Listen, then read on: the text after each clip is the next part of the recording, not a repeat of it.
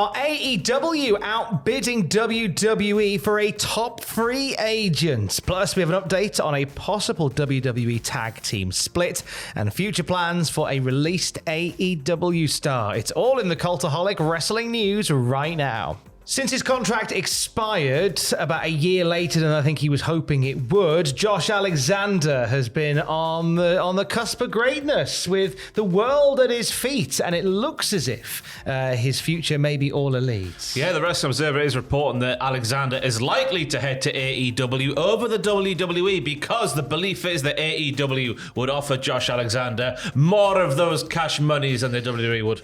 Because I think what would traditionally happen here, I feel like, and I thought this when Josh Alexander became a free agent, I think if WWE was going to offer him anything, it would be an NXT deal that would have like the potential to grow over years, but certainly wouldn't be like an incredible amount of money straight off the bat. Mm-hmm. Whereas AEW, I think, would be more inclined to pay somebody, as you say, the big cash money. And I think that's sort of just become the accepted thing, hasn't it? The AEW hand out the more handsome contracts, while the dates that you actually get used on TV might not be up there with the WWE. You make more money than you would do the other way around, if you know what I'm saying. And Josh Alexander has said, per the Wrestling Observer, that a big driving force for him right now is his family. He wants to provide for his wife and his child as best as he can. And if AEW are offering him more of those cash monies, hashtag cash monies, then that is probably where he's going to go. I think it'd be a difficult one. I think if one company was saying, here's a bag of money, and then here's another company going, here's a bigger bag of money.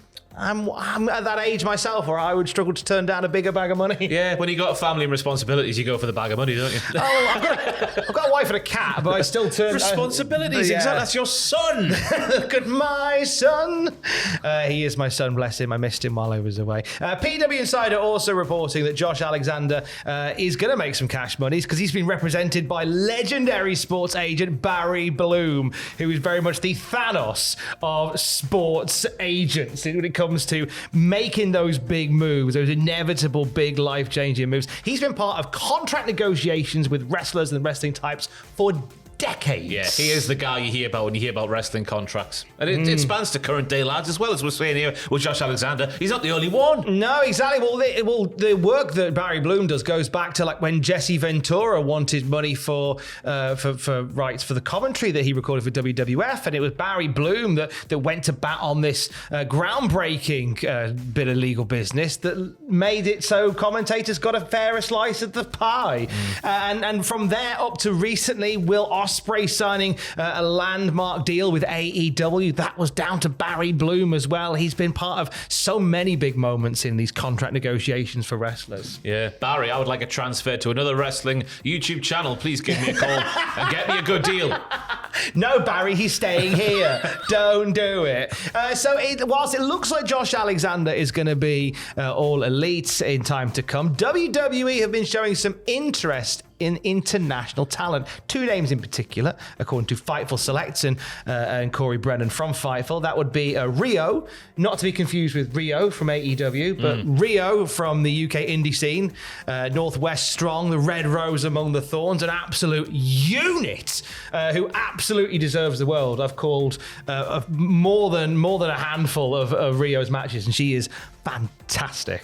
Well deserved. As is man like DeReiss. Great live show presence. Oh, he really does. Not in the same Dave Meltzer way that he used that quote, but you know what I'm saying there. When he makes his entrance, you can't help but be captivated and get involved in everything that's going on. Absolutely. There is an aura about man like DeReiss. And again, another phenomenal wrestler. I've been very lucky to call a lot of the matches for. Both man like DeReiss and Rio, according to Corey Brennan from Fightful Select, are basically on WWE's radar at this point. Several talents within WWE have been pushing for the signing of both Rio and man like DeReiss as well. Yeah, they've been training with Natalya as well. My goodness me. And if you're going to get in with someone, Natalya is quite a good person to get in with because you reckon she can stick a good word in here and there to people that matter. Absolutely, yes. There's a lot of praise from Natalya to at least a man like DeReiss.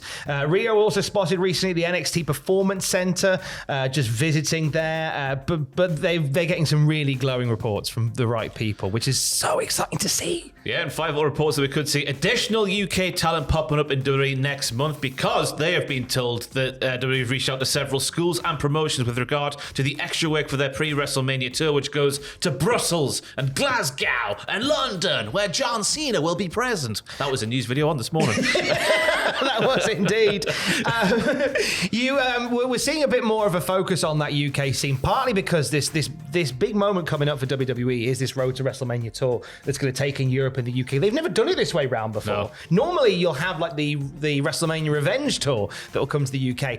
You've never had it, so the build to WrestleMania is going to be a part of this continent, which is really exciting. They really are putting the world in a world wrestling entertainment. They really are. God love them. And I think a big driving part of this is Jim Smallman, who has been very open on his Instagram about his new role as a talent recruiter for WWE in the UK. He's been popping up at indie shows up and down the country, seeing who's around. And it's just an exciting time once again to be on the scene. Yeah, especially for someone like Jim Scoutman. Yeah, scouting all the talent. Jim scouting all the talent. Good lad. Now, meanwhile, not so good lads, God love them, Grayson Waller and Austin Theory have had a fallout, haven't they? They have had a little bit of a tete-a-tete before their big title match against Obafemi at the Vengeance Day PLE. Oh, I said PLE at the weekend. They came up short, of course, because they couldn't get out the way of their own egos. But if you are fans of A-Town Down Under, don't fear, because Fightful are saying that A-Town Down Under will continue to team after Vengeance Day. There was some conversation that we would see them split, and I think they will continue to tease it,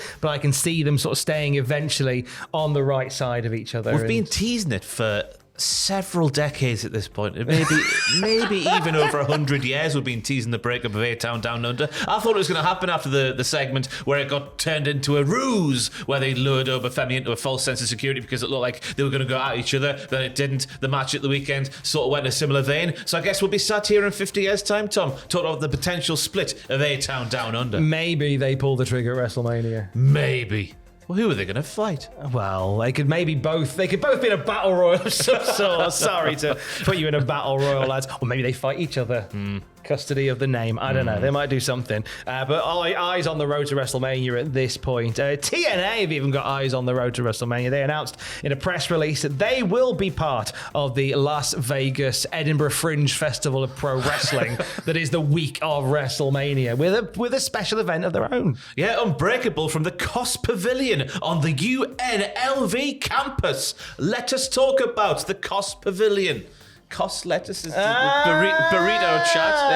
Hey. I like what you did there. Hey. No matches have been announced for this show, by the way. No, they've said that TNA World Champion Joe Hendry, the TNA Knockouts World Champion Marsha Slamovich, and the Tag Team Champions, the Hardys. That's famous! Hardy's dance! They love that. Jeff does it all the time going down to the ring. He loves that. Yeah. They call it the accordion's dream. They'll be part of it. And I've also teased some surprises of the TNA execs in the press release saying anything can happen in Las Vegas, and often does. Well, I've heard that a few people might be in town in Las Vegas that particular week, so there's a chance it could happen, Tom. There is a slight chance that could happen.